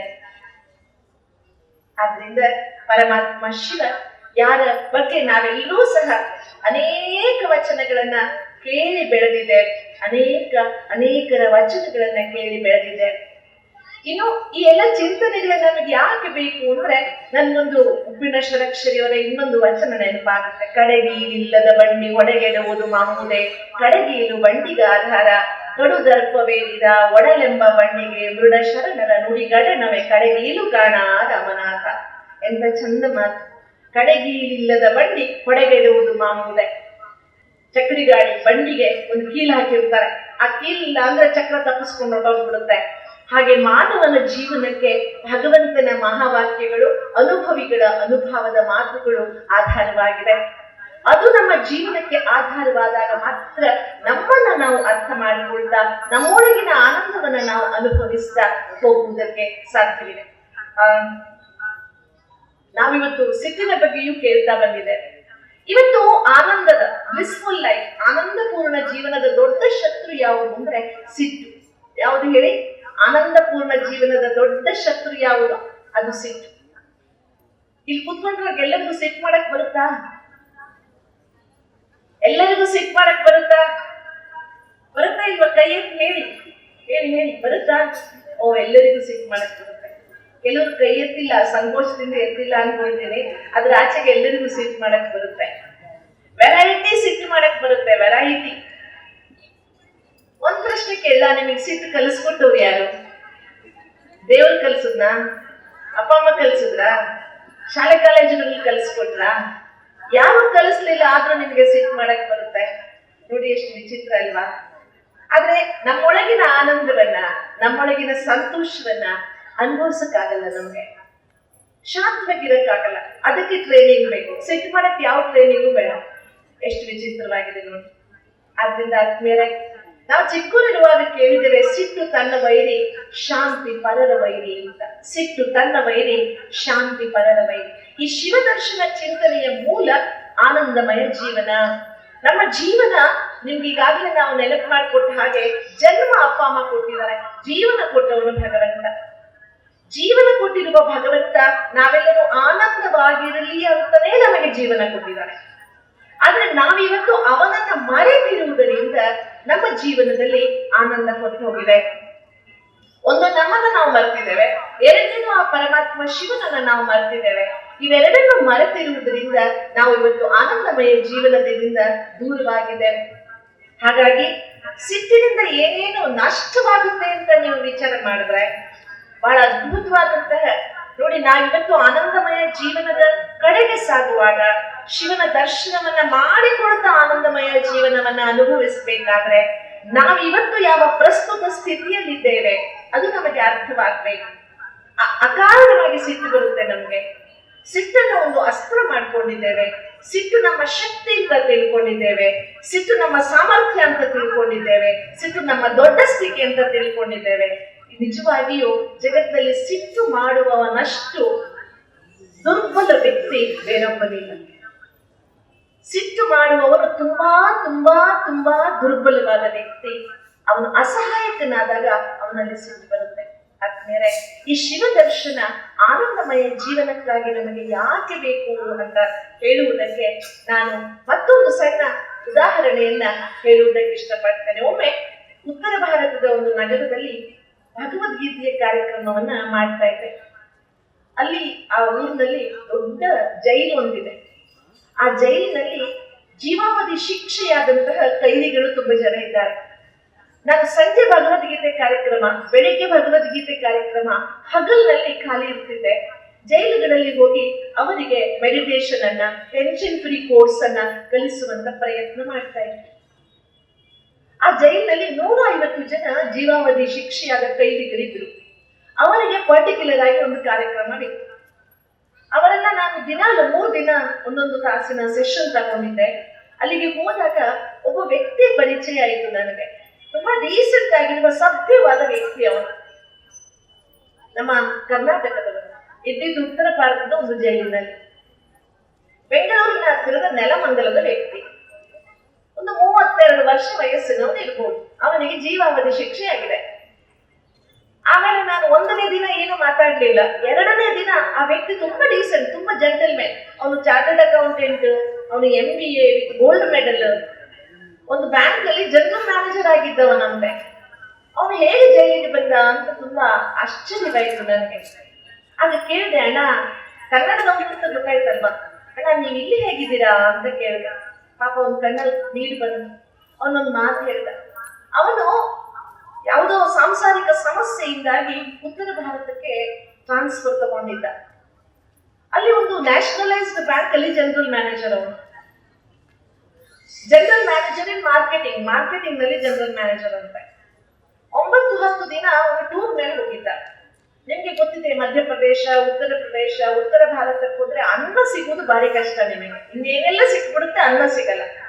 ಅವನಿಗೂ 9-10 ದಿನ ಡ್ಯೂಟಿಯಲ್ಲಿ ಹೋದಾಗ ಎಲ್ಲಿಯೂ ಅನ್ನ ಸಿಗ್ಲಿಲ್ವಂದ್ರೆ ಸರಿಯಾಗಿ. 10ನೇ ದಿನ ಮನೆಗೆ ಬರ್ತಾ ಇದ್ದ. ಮನೆಗೆ ಬರುವಾಗ ಹೆಂಡತಿಗೆ ಫೋನ್ ಮಾಡಿದ್ನಂತೆ, ರಾತ್ರಿ ಬರ್ತೇನೆ, 9 ದಿನದಿಂದ ಹೊಟ್ಟೆ ತುಂಬ ಊಟ ಮಾಡಿಲ್ಲ, ಅನ್ನ ಸಿಕ್ಕಿಲ್ಲ, ಅನ್ನ ಸಾಂಬಾರ್ ಮಾಡಿಟ್ಟಿರು ಅಂತ. ರಾತ್ರಿ 9:30 ಮನೆಗೆ ಬಂದ. ಟೇಬಲ್ ಮೇಲೆ ಚಿತ್ರಾನ್ನ ಇತ್ತಂತೆ, ಸಾಂಬಾರ ಅನ್ನ ಇರ್ಲಿಲ್ಲ. ಅವನಿಗೆ ಸಿಕ್ಕಾಪಟ್ಟೆ ಸಿಟ್ಟು ಬಂತು. ನಾನು ಫೋನ್ ಮಾಡಿ ಹೇಳಿದ್ದೆ ಅನ್ನ ಸಾಂಬಾರ್ ಮಾಡಿರು ಅಂತ, ನೀನ್ ಅನ್ನ ಸಾಂಬಾರ್ ಮಾಡೋದ್ರ ಬದಲು ಒಣ ಚಿತ್ರಾನ್ನ ಮಾಡಿಟ್ಟಿದೆಯಲ್ಲ ಅಂತ ಸಿಟ್ಟು ಬಂದು ಊಟದ ತಟ್ಟೆ ಎತ್ತಿ ಬಿಸಾಡ್ಬಿಟ್ಟ. ಪಿಂಗಾಣಿ ತಟ್ಟೆ ಎತ್ತಿ ಬಿಸಾಡ್ದ. ಅವನು ಬಿಸಾಡಿದ ತಟ್ಟೆ ತಪ್ಪಿಸ್ಕೊಳ್ಬೇಕು ಅಂತ ಅವಳು ಬಗ್ಗಿದ್ಲು. ಅವಳು ದುರಾದೃಷ್ಟವೋ ಅವನ ಹಣೆ ಬರವೋ, ಆ ತಟ್ಟೆ ಕಿವಿಗೆ ಹೋಗಿ ಬಡಿತು. ಇಲ್ಲಿ ಮೆಡುಲ್ಲಾ ಅಂತ ಇರುತ್ತೆ, ನಿಮ್ಗೆ ಗೊತ್ತಿರುತ್ತಲ್ವಾ, ಎಡಕಿವಿಗೆ ಹತ್ತಿರ ಮೆಡುಲ್ಲಾ ಇರುತ್ತೆ, ಅಲ್ಲಿಗೆ ಹೋಗಿ ತಟ್ಟೆ ಬಡಿತು. ಆ ಸ್ಥಳದಲ್ಲಿಯೇ ಆಕೆ ಶರೀರ ಬಿಟ್ಲು. ಸ್ಪಾಟ್ ಡೆತ್ ಆಯ್ತು. ಹೆಂಡತಿಯನ್ನ ಕೊಲೆ ಮಾಡಿರುವ ಕಾರಣಕ್ಕೆ ಇವತ್ತು ಅವನಿಗೆ ಜೀವಾವಧಿ ಶಿಕ್ಷೆಯಾಗಿದೆ. ಇವತ್ತು ಅವನು ಜೈಲಿನಲ್ಲಿದ್ದಾನೆ, ಮೆಡಿಟೇಷನ್ ಅನ್ನು ಅಭ್ಯಾಸ ಮಾಡ್ತಾನೆ, ಚೆನ್ನಾಗಿ ಅರ್ಥ ಮಾಡ್ಕೊಂಡಿದ್ದಾನೆ, ಅಧ್ಯಾತ್ಮವನ್ನು ಅರ್ಥ ಮಾಡ್ಕೊಂಡಿದ್ದಾನೆ. ಕಣ್ಣೀರಾಗಿ ಹೇಳ್ತಾನೆ, ಅಕ್ಕ ಅವರೇ, ಈಶ್ವರಿ ಜ್ಞಾನ ನನಗೆ ಮೊದಲೇನಾದ್ರೂ ಸಿಕ್ಕಿದ್ರೆ ನನ್ನ ಹೆಂಡತಿ ಬದುಕಿರ್ತಿದ್ಲು, ನನ್ನ ಮಕ್ಕಳಿಗೊಂದು ಹಾಸ್ಟೆಲ್ ನಲ್ಲಿ ಇರ್ಬೇಕಾದ ಪರಿಸ್ಥಿತಿ ಬರ್ತಿರ್ಲಿಲ್ಲ. ಒಂದು ಕ್ಷಣದ ಸಿಟ್ಟು ನನ್ನ ಕುಟುಂಬವನ್ನೇ ಸರ್ವನಾಶ ಮಾಡಿಬಿಡುದು. ಆ ಕ್ಷಣದಲ್ಲಿ ನಾನು ಆ ಸಿಟ್ಟನ್ನು ಕಂಟ್ರೋಲ್ ಮಾಡಿದ್ರೆ ನಾನು ಇವತ್ತು ಈ ಪರಿಸ್ಥಿತಿಯಲ್ಲಿ ಇರ್ತಿರ್ಲಿಲ್ಲ ಅಂತ. ಆದ್ಮೇಲೆ ಇದು ನಿಜ ಘಟನೆ, ನಮ್ಮೆದುರಿಗಿರುವ ನಿದರ್ಶನ. ಇಂತಹ 100 ನಿದರ್ಶನಗಳು ನಮ್ಮ ಮುಂದಿವೆ. ಆದ್ರೂ ನಾವು ನಮ್ಮ ಸಿಟ್ಟನ್ನ ನಿಯಂತ್ರಿಸಕ್ಕಾಗ್ತಿಲ್ಲ. ನಾವ್ ಏನ್ ತಪ್ಪು ಮಾಡ್ತಿದೀವಿ ಅಂದ್ರೆ, ನಾನು ಸಿಟ್ಟು ಬಿಡ್ಬೇಕು ಅಂತ ಜಪ ಮಾಡ್ತಿದೀವಿ ವಿನಃ ನಾನು ಖುಷಿಯಾಗಿರ್ಬೇಕು, ನಾನು ಆನಂದವಾಗಿರ್ಬೇಕು, ನಾನು ಶಾಂತವಾಗಿರ್ಬೇಕು ಅಂತ ಯಾರು ಪ್ರಯತ್ನ ಮಾಡ್ತಿಲ್ಲ. ಆದ್ರಿಂದ ಈ ಶಿವ ದರ್ಶನ ನಾವು ಅಂದ್ಕೊಳ್ಳೋದು ಬೇಡ. ಕೇವಲ ಅಧ್ಯಾತ್ಮ, ಕೇವಲ ದೇವರ ಬಗ್ಗೆ ಅಷ್ಟೇ ಹೇಳ್ತಾರೆ. ಅದಕ್ಕೆ ಏನಪ್ಪ ನಮ್ಗೆ ಇದು ಬೇಡ ಅಂತ ನಾವ್ ಯಾರು ಯೋಚನೆ ಮಾಡದೆ, ಬದುಕು ಕೊಟ್ಟ ಭಗವಂತನನ್ನ ನೆನಪು ಮಾಡ್ತಾ ಬದುಕನ್ನ ಶಕ್ತಿಶಾಲಿ ಮಾಡಿಕೊಳ್ಳುವುದು ಹೇಗೆ, ಬದುಕಿನ ಆನಂದವನ್ನ ಅನುಭವಿಸುವುದು ಹೇಗೆ, ಆ ಒಬ್ಬನೇ ಆಗಿರುವ ಪರಮಾತ್ಮ ಯಾರ ಬಗ್ಗೆ ನಾವು ಕೇಳ್ತಾ ಬಂದ್ವಿ. ಸಾವಿಲ್ಲದ, ಕೇಳಿಲ್ಲದ, ರೂಹಿಲ್ಲದ ಚೆಲುವಂಗಾನೊಲಿದೆ, ಎಡೆಯಿಲ್ಲದ, ಕಡೆ ಇಲ್ಲದ, ನಿಸ್ಸೀಮ ಚೆಲುವಂಗೊಲಿದೆ ನಾನು, ಭಯವಿಲ್ಲದ, ಭವವಿಲ್ಲದ, ನಿರ್ಭಯ ಚೆಲುವಂಗೊಲಿದೆ ನಾನು ಅಂತ ಯಾಕ ಮಹಾದೇವಿ ಯಾವ ಪರಮಾತ್ಮ ಶಿವನ ಕುರಿತು ಮನದುಂಬಿ ಹಾಡಿದಳೋ ಅಂತಹ ಪರಶಿವ ಪರಮಾತ್ಮ, ಅತಿ ಸುಂದರ ಪರಮಾತ್ಮ, ಸತ್ಯಂ ಶಿವಂ ಸುಂದರಂ ಆಗಿರುವ ಪರಮಾತ್ಮನನ್ನ ಅರ್ಥ ಮಾಡಿಕೊಂಡು, ಬಹಳ ಮುಖ್ಯವಾಗಿ ನಾನು ನಿಮ್ಮ ಮುಂದೆ ಇವತ್ತು ಪ್ರಾರಂಭದಲ್ಲಿ ಇದನ್ನೇ ಹೇಳಕ್ಕೆ ಇಷ್ಟಪಡ್ತೇನೆ. ನಾಳೆ ನಾಡಿದ್ದು ನಾವು ಶಿವನ ಬಗ್ಗೆ, ಆ 12 ಜ್ಯೋತಿರ್ಲಿಂಗಗಳ ಶಿವನ ಮಹಿಮೆಯ ಬಗ್ಗೆ, ಅದರಿಂದ ನಮ್ಮ ಜೀವನಕ್ಕಾಗುವ ಲಾಭದ ಬಗ್ಗೆ ಹೆಚ್ಚಿನ ವಿವರಗಳನ್ನ ಕೇಳೋಣ. ಆದರೆ ಉದ್ದೇಶ ಏನು ಗೊತ್ತಾ? ಶಿವ ಚಿಂತನೆ ಮಾಡುವುದು, ಶಿವ ದರ್ಶನ ಮಾಡಿಕೊಳ್ಳುವುದು ಕೇವಲ ಪುಣ್ಯ ಪ್ರಾಪ್ತಿಗಾಗಿ ಅಲ್ಲ. ಮುಖ್ಯವಾಗಿ ಬದುಕು ಬಂಗಾರವಾಗಬೇಕು. ಪ್ರಸ್ತುತ ಬದುಕಿನಲ್ಲಿ ಸಮಸ್ಯೆಗಳಿಂದ ಹೊರಬರುವಂತ ಆತ್ಮಶಕ್ತಿ ನಮ್ಮಲ್ಲಿ ಬೇಕು. ಯಾರು ಸದಾ ಪ್ರಸನ್ನವಾಗಿರ್ತಾರೆ ಅವರನ್ನ ಸಿಟ್ಟು ಎಂದು ಸಹ ಸೋಲಿಸುವುದಕ್ಕೆ ಸಾಧ್ಯವಿಲ್ಲ. ಆದ್ರಿಂದ ನಮ್ಮೊಳಗಿನ ಆನಂದವನ್ನ ನಾವು ಅನುಭವಿಸುವುದಕ್ಕೆ, ನಮ್ಮೊಳಗಿನ ಶಕ್ತಿಯನ್ನ ನಾವು ಅರ್ಥ ಮಾಡಿಕೊಳ್ಳುವುದಕ್ಕೆ ನಮಗೆ ಆ ಪರಮಾತ್ಮ ಶಿವನ ದರ್ಶನವಾಗಬೇಕು ಎನ್ನುವುದು ನಮಗೆ ಅರಿವಾಗಬೇಕು. ಕೇವಲ ದಿನಕ್ಕೊಂದ್ಸಲ ಸಲ ಲಿಂಗಾರ್ಚನೆ ಮಾಡ್ಕೊಂಡ್ವಿ, ಅದಕ್ಕೆ ನಾವು ನೈವೇದ್ಯ ಮಾಡಿ ಊಟ ಮಾಡ್ಬಿಟ್ವಿ, ಮುಗಿದೋಯ್ತು, ಪುಣ್ಯ ಸಿಕ್ತು ಅಲ್ಲ. ಶಿವ ಚಿಂತನೆ, ಕುಂತ್ರು ನಿಂತರು ಶಿವನ ಧ್ಯಾನ, ಜೀವಕ್ಕಾಗ ಸಮಾಧಾನ, ಅವನೇ ನನ್ನ ಯಜಮಾನ ಅಂತ ಜನಪದರು ಹಾಡಿದ್ರು ಅಲ್ವಾ. ಹಾಗೆ ಕುಂತ್ರು ನಿಂತರು ನಮ್ಗೆ ಆ ಪರಮಾತ್ಮ ಶಿವನ ಸ್ಮೃತಿ ಹೇಗಿಟ್ಕೊಳ್ಳೋದು, ಪ್ರತಿ ಕ್ಷಣ ಆ ಶಿವನ ದರ್ಶನವನ್ನ ಹೇಗೆ ಮಾಡುವುದು ಎನ್ನುವುದನ್ನ ನಾವು ಚಿಂತನೆಯನ್ನ ಮಾಡ್ಬೇಕಾಗಿದೆ. ಇವತ್ತು ಬಹಳ ಜನ ಏನ್ ಹೇಳ್ತಾರೆ ಅಂದ್ರೆ, ನಮಗ್ ನೋಡ್ರೆ ಪುಡ್ಸೋದಿಲ್ಲ, ಕುಂತ್ಕೊಂಡು ಶಿವ ಧ್ಯಾನ ಮಾಡಕ್ಕೆಲ್ಲ ಆಗಲ್ಲ, ಕಾಯಕವೇ ಕೈಲಾಸ, ಕಾಯಕದಲ್ಲೇ ಕೈಲಾಸ ನೋಡ್ತೀವಿ ನಾವು ಅಂತ ಹೇಳುವವರು ತುಂಬಾ ಜನ ಇದ್ದಾರೆ ಆದ್ಮೇಲೆ. ಆದ್ರೆ ನಿಜವಾಗಿಯೂ ಕಾಯಕದಲ್ಲಿ ಕೈಲಾಸ ನೋಡ್ತಾ ಇದ್ದೀವಾ ನಾವು ಅಂತ ಒಂದು ಪ್ರಶ್ನೆ. ಒಂದ್ ಸಣ್ಣ ಉದಾಹರಣೆ ಹೇಳ್ತೀನಿ. ಒಂದು 10 ವರ್ಷದ ಹಿಂದೆ ನಮ್ಮ ಸಂಸ್ಥೆಯದೊಂದು ಫೈಲು ಬೆಂಗಳೂರು ಹೋಗಿತ್ತು, ವಿಧಾನಸೌಧಕ್ಕೆ. ಅಲ್ಲಿ ಅಂಡರ್ ಸೆಕ್ರೆಟರಿ ಅವರ ಟೇಬಲಿನ ಮೇಲೆ ಇತ್ತು. ನಾನು ಹೋಗಿ ಆ ಸಾಹೇಬ್ರನ್ನ, ಒಬ್ಬ ಸೀನಿಯರ್ IAS ಆಫೀಸರ್ ಭೇಟಿಯಾಗಿ ಬಂದೆ. ಸರ್, ನಮ್ದೊಂದು ಫೈಲ್ ಬಂದಿದೆ, ಬೇಗ ಬೇಗ ಪಾಸ್ ಮಾಡಿ, ತುಂಬಾ ಅವಶ್ಯಕ ಇದೆ ಅಂತ. 1 ತಿಂಗಳಾಯ್ತು, 2 ತಿಂಗಳಾಯ್ತು, 3 ತಿಂಗಳಾಯ್ತು, ಫೈಲ್ ದಾಟ್ಲೇ ಇಲ್ಲ, ಟೇಬಲ್ಲೇ ದಾಟ್ಲೇ ಇಲ್ಲ. ಮತ್ತೆ ಹೋದೆ ನಾನು, ಸರ್ ಹೇಳಿ ಹೋಗಿದ್ದೆ, ಒಂದು ಫೈಲ್ ಇಲ್ಲೇ ಇದೆಯಲ್ಲ, ಇನ್ನು ಟೇಬಲ್ ಸಹ ಬದಲಾಯಿಸಿಲ್ವಲ್ಲ ಅಂತ. ಆಮೇಲೆ ನಾನು ಏನ್ ಹೇಳ್ಬೇಕು ಗೊತ್ತಾ, ನೀವೆಲ್ಲ ಬೆಂಗಳೂರು ನೋಡಿದ್ದೀರಲ್ವಾ, ವಿಧಾನಸೌಧ ನೋಡಿದ್ದೀರಾ ಎಲ್ಲರೂ? ಬೆಂಗಳೂರು ವಿಧಾನಸೌಧದ ಮೇಲೆ ಏನ್ ಬರ್ದಿದೆ ಓದಿದ್ದೀರಾ? ದಪ್ಪ ದಪ್ಪ ಅಕ್ಷರದಲ್ಲಿ ಬೆಂಗಳೂರಿನ ವಿಧಾನಸೌಧದ ಮೇಲೆ ಸರಕಾರಿ ಕೆಲಸ ದೇವರ ಕೆಲಸ ಅಂತ ಬರ್ದಿದ್ದಾರೆ. ಏನ್ ಬರ್ದಿದ್ದಾರೆ? ಸರಕಾರಿ ಕೆಲಸ ದೇವರ ಕೆಲಸ. ನಾನು ಹೇಳಿದೆ, ಸರ್ ಹೊರಗೆ ನೋಡಿದ್ರೆ ಇಷ್ಟು ದಪ್ಪನಾಗಿ ಬೋರ್ಡ್ ಹಾಕೊಂಡಿದ್ದೀರಾ, ಸರ್ಕಾರಿ ಕೆಲಸ ದೇವರ ಕೆಲಸ ಅಂತ, ಒಳಗಡೆ ನೋಡಿದ್ರೆ ಕೆಲಸವೇ ಆಗಲ್ವಲ್ರಿ ಸರ್ ಅಂತ ಮಾತಾಡಿದೆ. ಅದಕ್ಕೆ ಆ ಸರ್ ಏನ್ ಹೇಳಿದ್ರು, ಹೌದು ಅಕ್ಕ ಅವ್ರೆ, ನೀವ್ ಹೇಳ್ತಿರೋದು 100% ಸತ್ಯ, ಸರ್ಕಾರಿ ಕೆಲಸ ದೇವ್ರ ಕೆಲಸ ಅವನೇ ಮಾಡ್ಕೊಳ್ಳಿ ಅಂತ ನಾವೇ ಅದ್ ಕೆಲಸ ಮಾಡಲ್ಲ. ಇದು ನಮ್ ಕಾಯಕವೇ ಕೈಲಾಸ. ಅರ್ಥ ಆಯ್ತಲ್ಲ? ಕಾಯಕದಲ್ಲಿ ಕೈಲಾಸ ಕಾಣುವುದಲ್ಲ, ಕಾಯಕವನ್ನೆಲ್ಲ ಕೈಲಾಸ ಪತಿಗೆ ಬಿಟ್ಕೊಂಡು ಕೂತ್ಕೊಂಡಿದ್ದೀವಿ ನಾವಿವತ್ತು. ಹಾಗಾಗಿ ಯಥಾರ್ಥವಾಗಿ ಶಿವನ ದರ್ಶನ ಹೇಗೆ ಮಾಡಿಕೊಂಡ್ರೆ ಜೀವನದ ಪೂರ್ಣಾನಂದವನ್ನ ಅನುಭವಿಸಬಹುದು ಅನ್ನುವುದನ್ನ, ಪ್ರತಿ ಕ್ಷಣವು, ಪ್ರತಿ ಉಸಿರು, ಪ್ರತಿ ಶ್ವಾಸದ ಜೊತೆಗೆ ಆ ಶಿವನ ಜೊತೆಗೆ ಬದುಕುವುದು ಸಾಧ್ಯ ಎನ್ನುವುದನ್ನ ಅರ್ಥ ಮಾಡಿಕೊಂಡಾಗ ಜೀವನದ ಸಂಪೂರ್ಣ ಸುಖ ನಮಗೆ ಸಿಗುತ್ತೆ. ನಾವ್ ಯಾರು ಜೀವನದಲ್ಲಿ ಅತ್ವಂತ ಬದುಕಬೇಕು ಅಂತ ಅನ್ಕೊಂಡಿಲ್ಲ, ಎಲ್ಲರೂ ಸಂತೋಷವಾಗಿರ್ಬೇಕು ಅನ್ನುವುದೇ ಎಲ್ಲರ ಜೀವನದ ಲಕ್ಷ್ಯ. ಎಲ್ಲರ ಜೀವನದ ಲಕ್ಷ್ಯ. ನೀವು ಬೇಕಾದ್ರೆ ಜೈಲಿನಲ್ಲಿ ಇರುವ ಕೊಲೆಗಡುಕನನ್ನ ಕೇಳಿ, ಅವನು ಯಾಕೆ ಕೊಲೆ ಮಾಡ್ದ ಅಂದ್ರೆ ಸಂತೋಷಕ್ಕಾಗಿ ಕೊಲೆ ಮಾಡ್ದ ಅಂತ ಹೇಳ್ತಾರೆ. ಎಲ್ಲರ ಲಕ್ಷ್ಯ, ಪಾಪ ಮಾಡುವವರು ಸಂತೋಷಕ್ಕಾಗಿ ಮಾಡ್ತಿದ್ದಾರೆ, ಇವತ್ತು ಲಂಚ ತಗೊಳ್ಳೋರು ಸಂತೋಷಕ್ಕಾಗಿ, ಎಲ್ಲರೂ ಸಂತೋಷಕ್ಕಾಗಿ ಮಾಡ್ತಿದ್ದಾರೆ. ಆದ್ರೆ ಹಿಡಿದಿರುವ ದಾರಿ ಮಾತ್ರ ತಪ್ಪಾಗಿದೆ. ಅದರಿಂದ ಸರಿ ದಾರಿಯಲ್ಲಿ ಹೋಗಿ ಜೀವನದ ಸಂತೋಷವನ್ನು, ಬ್ಲಿಸ್ಫುಲ್ ಲೈಫ್ ಅನ್ನು, ಆನಂದಮಯ ಜೀವನವನ್ನು ಅನುಭವಿಸಬೇಕಾದ್ರೆ ಏಕೋ ದೇವ, ಒಂದೇ ಪರಮಾತ್ಮ, ಒಂದೇ ದಾರಿ ಇರುವುದು. ಎಷ್ಟೇ ದೇವಸ್ಥಾನಕ್ಕೆ ಹೋಗುವುದಕ್ಕೆ ದಾರಿಗಳು 100 ಇದ್ರು ಗರ್ಭಗೃಹಕ್ಕೆ ಹೋಗುವುದಕ್ಕೆ ದಾರಿ ಒಂದೇ ಇದೆ ಅಲ್ವೇ? ಹಾಗೆ ನಮ್ಮ ಜೀವನದ ಪೂರ್ಣಾನಂದವನ್ನ ಅನುಭವಿಸುವುದಕ್ಕೆ ಪರಮಾತ್ಮ ಶಿವನನ್ನ ತಿಳಿಯುವುದು, ಪರಮಾತ್ಮ ಶಿವನೊಡನೆ ಬದುಕುವುದು, ಆ ಪರಮಾತ್ಮ ಶಿವನ ಚಿಂತನೆ, ದರ್ಶನ ಬಹಳ ಅವಶ್ಯಕ. ಆ ದರ್ಶನ ಮಾಡಿಕೊಳ್ಳುವ ವಿಧಾನವನ್ನ ನಾವು ಅರ್ಥ ಮಾಡಿಕೊಳ್ಳುವುದು ಬಹಳ ಮುಖ್ಯ. ಆದ್ಮೇಲೆ ಬಹಳ ಅಗತ್ಯವಾಗಿ ಈ ಪರಮಾತ್ಮ ಶಿವನ ಚಿಂತನೆಯನ್ನು ಮಾಡುವಾಗ ಶರಣರು, ಸಾಧಕರು, ಸಂತರು, ವಚನಕಾರರು ಎಲ್ಲ ನಮ್ಮ ಕಣ್ಣುಂದೆ ಬರ್ತಾರೆ. ಎಷ್ಟೋ ಜನ ತ್ಯಾಗಿಗಳು, ಮಹಾನ್ ತಪಸ್ವಿಗಳು ನಮ್ಮ ಕಣ್ಮುಂದೆ ಬರ್ತಾರೆ. ಆಗ ನಮ್ಮೊಂದು ಪ್ರಶ್ನೆ ಬರುತ್ತೆ, ಏನ್ ಗೊತ್ತಾ, ಅವರಿಗೆ ಸಿಗ್ದಿರೋ ಶಿವನ ದರ್ಶನ ನಮ್ಮಂತ ಸಹಜ ಸಮಾಜದಲ್ಲಿರುವಂತ ಗೃಹಸ್ಥಿಗಳಿಗೆ ಅದು ಹೆಂಗಪ್ಪ ಸಾಧ್ಯವಾಗುತ್ತೆ ಅಂತ. ಇದು ತಪ್ಪು. ಪರಮಾತ್ಮ ಶಿವ ಕೇವಲ ನಾನು ಸಾಧಕರಿಗೆ, ತಪಸ್ವಿಗಳಿಗೆ, ಯೋಗಿಗಳಿಗೆ ಮಾತ್ರ ಕಾಣ್ತೇನೆ ಅಂತ ಎಲ್ಲಿಯೂ ಹೇಳಿದೆ. ಆದ್ರಿಂದ ನಾವೆಲ್ಲರೂ ಸಹ ಸಹಜವಾದ ಗೃಹಸ್ಥ ಜೀವನದಲ್ಲಿದ್ದು ಆ ಪರಮಾತ್ಮ ಶಿವನನ್ನ ಅರ್ಥ ಮಾಡಿಕೊಳ್ಳುವಂತಹ ಒಂದು ಪುಟ್ಟ ಪ್ರಯತ್ನವೇ ಈಶ್ವರಿ ವಿಶ್ವವಿದ್ಯಾಲಯ ಇದನ್ನ ಮಾಡ್ತೇನೆ. ಹಾಗೆ ಇವತ್ತಿನ ಸಮಾಜದಲ್ಲಿ ಒಂದು ದೊಡ್ಡ ಸಮಸ್ಯೆ ಏನು ಅಂದ್ರೆ ಮನೋಬಲ ಇಲ್ಲದೆ ಇರುವುದು. ಎಲ್ಲವೂ ಇದೆ ಇವತ್ತು ನಮ್ಮ ಹತ್ರ, ವಿದ್ಯಾಬಲ ಇದೆ, ಧನಬಲ ಇದೆ, ಜನಬಲ ಇದೆ, ಆದ್ರೆ ಇಲ್ಲ ಅಂದ್ರೆ ಒಂದೇ ಒಂದು, ಅದು ಮನೋಬಲ. ನಾವಿವತ್ತು ನೋಡ್ತಾ ಇದ್ದೀವಿ ಸಮಾಜದಲ್ಲಿ ಸಣ್ಣ ಸಣ್ಣ ಕಾರಣಗಳಿಗಾಗಿ ಆತ್ಮಹತ್ಯೆ ಜಾಸ್ತಿ ಆಗ್ತಾ ಇದೆ. ನಾನು ಇವತ್ತಿಲ್ಲಿ ಬರುವುದಕ್ಕೆ ಮುಂಚೆ ಬೆಳಿಗ್ಗೆ ಒಂದು ಕೇಸ್ ಬಂದಿತ್ತು. ನನ್ನ ಒಬ್ಬ ಹುಡುಗಿ ಅಪ್ಪ ಅಮ್ಮ ಮೊಬೈಲ್ ಕೊಡ್ಲಿಲ್ಲ ಅನ್ನುವ ಕಾರಣಕ್ಕೆ ಸಿಟ್ಟಾಗಿ ತನ್ನ ಕೈಯನ್ನ 20 ಕೈ ಕಿತ್ಕೊಂಡ್ಬಿಡ್ತಾರೆ. 20 ಕಟ್ಸ್. ಸಣ್ಣ ಕಾರಣ, ಅಪ್ಪ ಅಮ್ಮ ಮೊಬೈಲ್ ಕೊಡ್ಲಿಲ್ಲ, ಎಕ್ಸಾಮ್ ಹತ್ರ ಬಂತು ಅಂತ ಮೊಬೈಲ್ ಕಿತ್ಕೊಂಡ್ರಂತೆ. 10ನೇ ಕ್ಲಾಸಿನ ಹುಡುಗಿ ಪೂರ್ತಿ ಕೈ ಕಟ್ ಮಾಡ್ಕೊಂಡಿದ್ದಾಳೆ. ಅಪ್ಪ ಅಮ್ಮ ಪಾಪ ಕಷ್ಟಪಟ್ಟು 10-15 ಸಾವಿರ ಖರ್ಚು ಮಾಡಿ ಅಂತೂ ಇಂದು ಬದುಕಿಸ್ಕೊಂಡಿದ್ದಾರೆ. ಆ ಹುಡುಗಿನ ಕರ್ಕೊಂಡು ಬಂದಿದ್ರು, ಒಂದು ಸ್ವಲ್ಪ ಕೌನ್ಸಿಲಿಂಗ್ ಮಾಡಿ ಅಂತ. ನಾನಿವತ್ತು ಪುರ್ಸೊತ್ತಿಲ್ಲ, ಇನ್ನೊಂದು ದಿನ 2-3 ದಿನ ಬಿಟ್ಕೊಂಡು ಬರ್ತೀನಿ ಅಂತ ವಾಪಸ್ ಕಳಿಸಿದೆ. ಒಂದು 10 ನಿಮಿಷ ಮಾತನಾಡಿ. ನೋಡಿ ಎಷ್ಟು ದುರ್ಬಲವಾಗಿದೆ ನಮ್ಮ ಮನಸ್ಸು ಅಂದ್ರೆ, ಒಂದು ಚಿಲ್ಲರೆ. ಆಫ್ಟರ್ ಆಲ್ ಆ ಮೊಬೈಲ್ಗೋಸ್ಕರ ಜೀವ ಕೊಡುವುದಕ್ಕೆ ನಾವು ತಯಾರಾಗಿದ್ದೇವೆ. ಇಂತಹ ಮನಸ್ಥಿತಿಯನ್ನ ಸಮಸ್ಥಿತಿಯಲ್ಲಿ ಇಟ್ಟುಕೊಳ್ಳುವುದಕ್ಕೆ, ಮನಸ್ಥಿತಿಯನ್ನ ನಾವು ಶಕ್ತಿಶಾಲಿ ಮಾಡಿಕೊಳ್ಳುವುದಕ್ಕೆ ನಮಗೆ ಶಿವದರ್ಶನ ಅತಿ ಅವಶ್ಯಕವಾಗಿದೆ. ನಮ್ಮ ಮನಸ್ಸನ್ನ ಹೇಗೆ ಡಿಸ್ಚಾರ್ಜ್ ಆಗಿರುವ ಮೊಬೈಲ್ ಅನ್ನ ರೀಚಾರ್ಜ್ ಮಾಡಿಕೊಳ್ಳುವುದಕ್ಕೆ ಕರೆಂಟ್ಗೆ ನಾವು ಕನೆಕ್ಟ್ ಮಾಡ್ತೀವಿ, ಹಾಗೆ ನಮ್ಮೊಳಗೆ ಡಿಸ್ಟರ್ಬ್ ಆಗಿದೆ.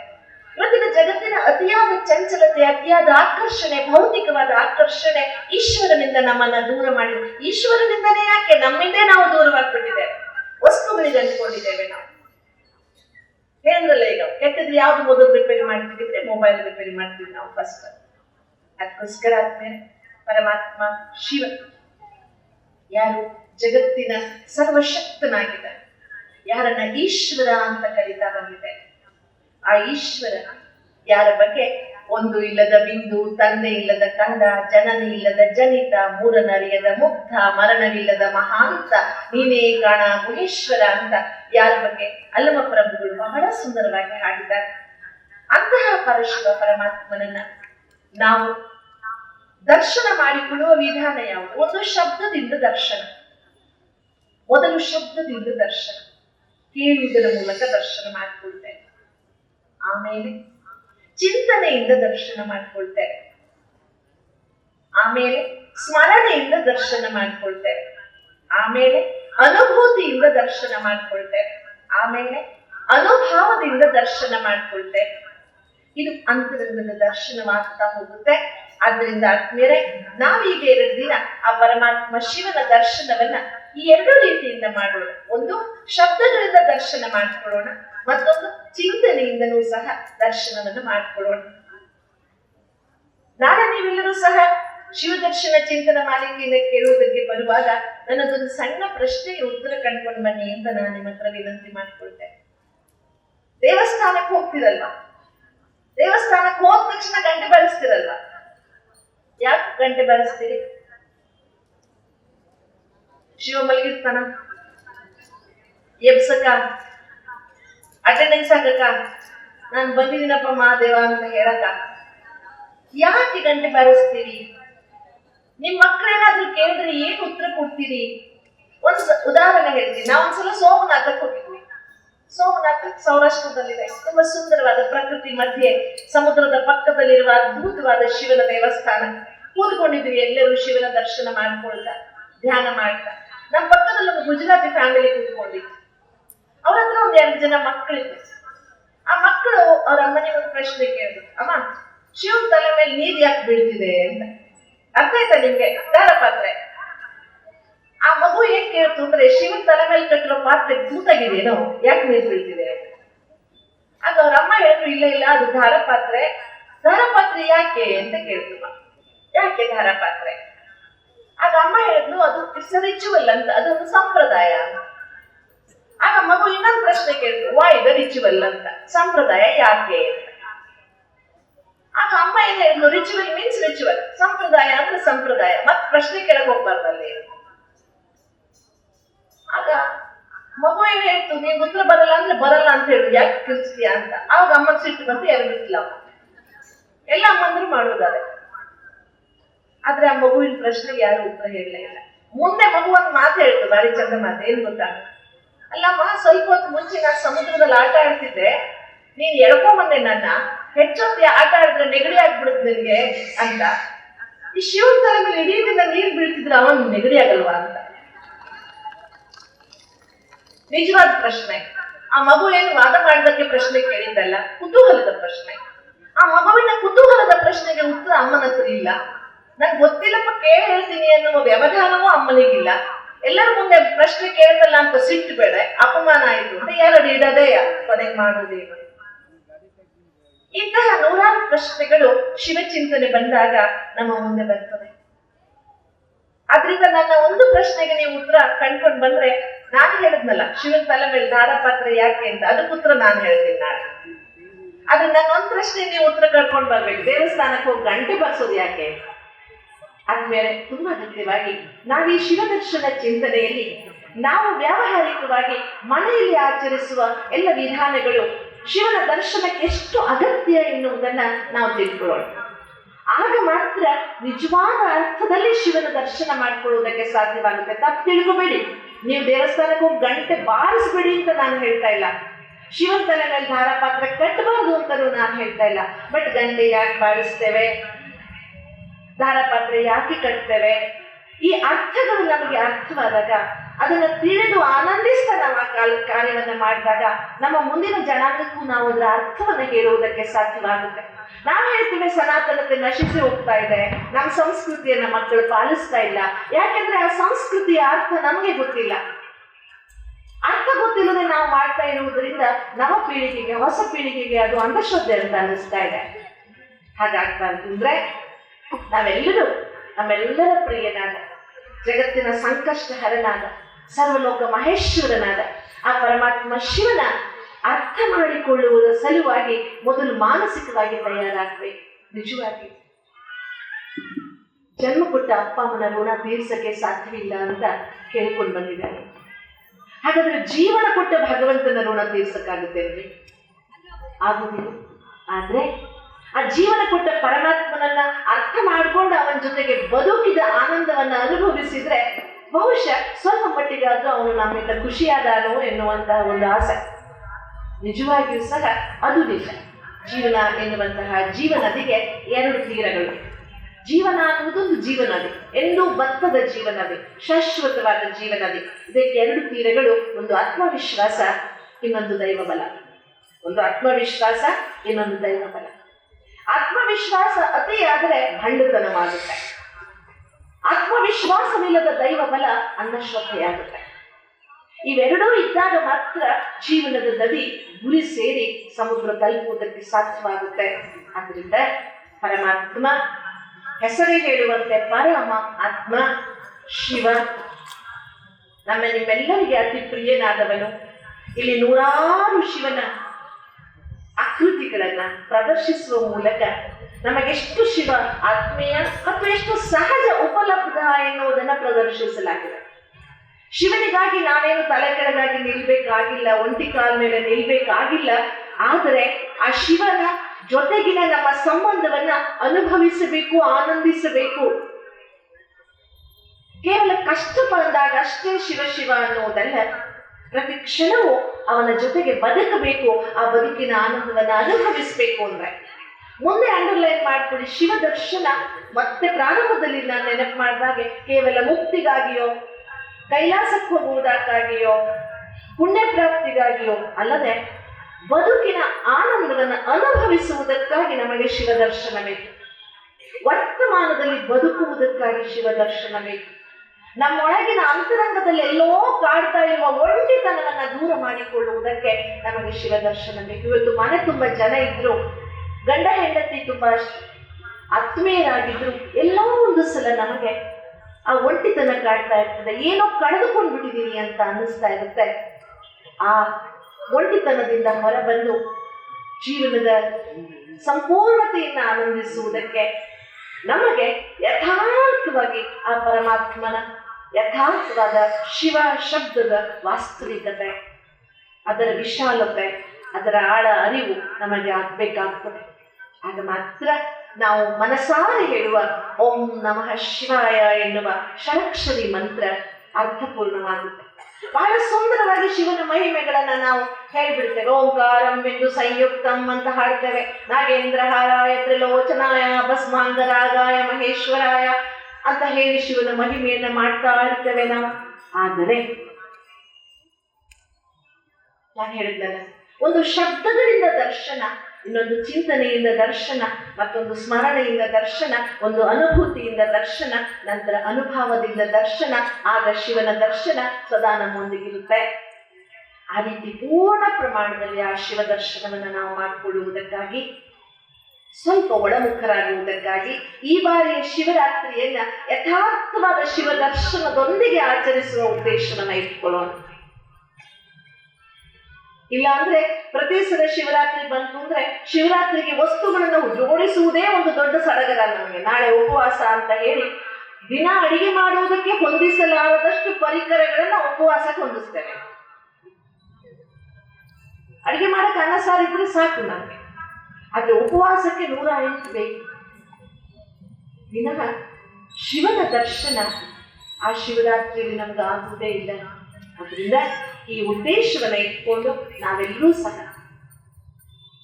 ಈ 2 ಶಬ್ದಗಳನ್ನ ಇನ್ನಷ್ಟು ಆಳವಾಗಿ ಅರ್ಥ ಮಾಡಿಕೊಳ್ಳುವ ಪ್ರಯತ್ನವನ್ನ ಮಾಡೋಣ. ಯಾರು ಆ ಪರಶಿವ? ನಮಗೂ ಅವನಿಗೂ ಏನು ಸಂಬಂಧ? ಕೇವಲ ಮಾತ್ರ ದೇವರು ಮತ್ತು ಭಕ್ತನ ಸಂಬಂಧವು, ಅದನ್ನು ಮೀರಿದ ಸಂಬಂಧ ಇನ್ಯಾವುದಾದ್ರೂ ಇದೆಯೋ? ಅದಕ್ಕಿಂತ ಹತ್ತಿರವಾದ ಸಂಬಂಧ ಇನ್ಯಾವುದಾದ್ರೂ ಇದೆಯೋ? ಆ ಶಿವನ ದರ್ಶನವನ್ನ ಮಾಡಿಕೊಳ್ಳುವ ಸುಲಭವಾದ ಉಪಾಯ ಯಾವುದು? ಈ ಎಲ್ಲ ಪ್ರಶ್ನೆಗಳು ನಮ್ಮೊಳಗಿದೆ. ಎಲ್ಲದಕ್ಕಿಂತ ಮುಖ್ಯವಾಗಿ ಆ ಶಿವ, ಬಹಳ ಜನ ನೀವು ಕೇಳಿದಿರಿ ಒಂದು ಹಳೆಯ ಹಾಡು, ಕಲ್ಲಾದೆ ಏಕೆಂದು ಬಲ್ಲೆ ಶಿವನೇ ನೀ ಕಲ್ಲಾದೆ ಏಕೆಂದು ಬಲ್ಲೆ. ದೇವರಿಗೆ ನಾವು ನೈವೇದ್ಯ ಮಾಡ್ತೀವಿ, ಅದ್ರ ಬಗ್ಗೆ ಆ ಹಾಡಿನಲ್ಲಿ ಒಂದು ಶಬ್ದ ಬರುತ್ತೆ, ಎದ್ದು ಬಂದು ತಿಂದು ನೋಡು ಒಮ್ಮೆಯಾದರೂ ಗುಡಿಯಿಂದ ಹೊರಗೆ ನಿನ್ನ ಅಟ್ಟಿ ಬಿಡುವುದು ಅಂತ ಕೇಳಿರ್ಬೇಕು ನೀವೇ. ಹಾಗಾದ್ರೆ ಪರಮಾತ್ಮ ಶಿವ ಎನ್ನುವುದಿಲ್ವೇ? ಹಾಗಾದ್ರೆ ನಾವು ನೈವೇದ್ಯ ಯಾರಿಗೆ ಮಾಡ್ತೇವೆ? ಅವನು ಕಲ್ಲ ಅಥವಾ ಕಲ್ಲಿನ ರೂಪದಲ್ಲಿ ಇರುವ ಕಲೇಶ್ವರ ಅಂತ ಪ್ರಾರ್ಥನೆ ಮಾಡುವ ಈಶ್ವರನ ನಿಜವಾದ ರೂಪ ಯಾವುದು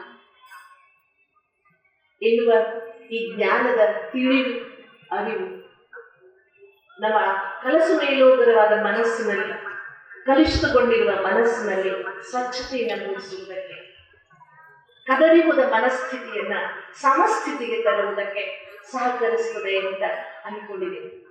ಅದಕ್ಕೆ ನಾವೆಲ್ಲರೂ ಸಹ ಪರಮಾತ್ಮ ಸರ್ವಶಕ್ತನಾದ ಸರ್ವೇಶ್ವರನಾದ ಆ ಶಿವನ ದರ್ಶನವನ್ನ ಮಾಡಿಕೊಳ್ಳುವುದಕ್ಕೆ ನನ್ನ ಪ್ರಶ್ನೆಯ ಉತ್ತರದೊಂದಿಗೆ ನಾಳೆ ಮತ್ತೆ ಸೇರೋಣ ಅಂತ ಹೇಳ್ತಾ, ಜಗನ್ನಿಯಾಮಕನಾದ ಪರಮಾತ್ಮ ಶಿವ, ಜಗದೊಡೆಯನಾದ ಪರಮಾತ್ಮ ಶಿವ, ಚಿನ್ಮಯ ಸ್ವರೂಪನಾದ ಪರಮಾತ್ಮ ಶಿವ, ಮೃಣ್ಮಯ ಸ್ವರೂಪನಾದ ಪರಮಾತ್ಮ ಶಿವ, ಯಾರನ್ನ ನಾವಿವತ್ತು ಮೃಣ್ಮಯನನ್ನಾಗಿ ಮಾಡಿದ್ದೇವೆ, ಆದ್ರೆ ಮೃಣ್ಮಯವಾಗಿರುವ ನಮ್ಮನ್ನ, ಅಂದ್ರೆ ಮಲಿನಗೊಂಡಿರುವ ನಮ್ಮನ್ನ, ಮಣ್ಣಿನಲ್ಲಿ ಸೇರಿ ಹೋಗಿರುವ ನಮ್ಮನ್ನ ಪುನಃ ಶ್ರೇಷ್ಠರನ್ನಾಗಿ ಮಾಡುವಂತಹ ಪರಮಾತ್ಮ ಶಿವನನ್ನ ಅರಿತು ಮಾನವರಾಗಿ ನಮ್ಮೊಳಗಿನ ದೈವತ್ವವನ್ನು ಜಾಗೃತ ಮಾಡಿಕೊಂಡು ನಿಜವಾದ ಶಿವ ಸಾರಥ್ಯವನ್ನ, ಶಿವ ಸಾಯುಜ್ಯವನ್ನ ಹೊಂದುವಂತಹ ಪ್ರಯತ್ನವನ್ನ ಎಲ್ಲರೂ ಸೇರಿ ಮಾಡೋಣ. ತಂದೆ ಪರಮಾತ್ಮ ಶಿವ ನಮಗೆ, ನಿಮಗೆ ಎಲ್ಲರಿಗೂ ಸಹ ಆ ಪರಮಾತ್ಮನನ್ನ ಅರಿತು ಬಾಳುವ ಶಕ್ತಿಯನ್ನ ಮತ್ತೊಮ್ಮೆ ಕೊಡಲಿ ಎನ್ನುವ ಚಿಂತನೆಗಳೊಂದಿಗೆ ಓಂ ಶಾಂತಿ.